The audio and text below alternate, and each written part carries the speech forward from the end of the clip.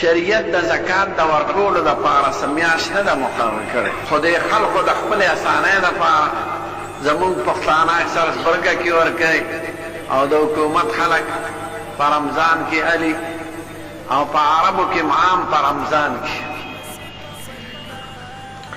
کنی د هر چا خپل کال دی، ما سره نن پیسې رانې نو بل کال له به په دې ورځو کې په ما زکات واجب شي.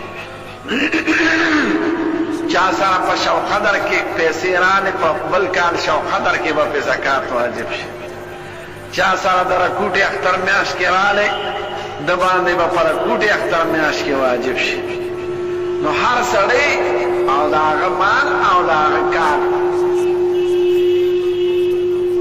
د خدای او د رسول له طرفه میاشت نه ده مقرر.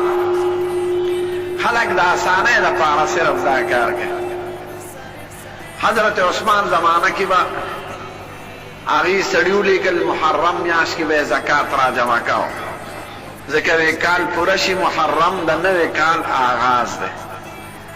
نو دا د اسانۍ دپاره کني که چا باندې کال نی پوره شوی، چا په پیسو شپږ میاشتې تېرې شوي، نو د باندې زبرګه کې ورکول خو نشته چې خپل کال پې پوره شي هلې به ورکوي. نو د هر چا مال او د هغه کار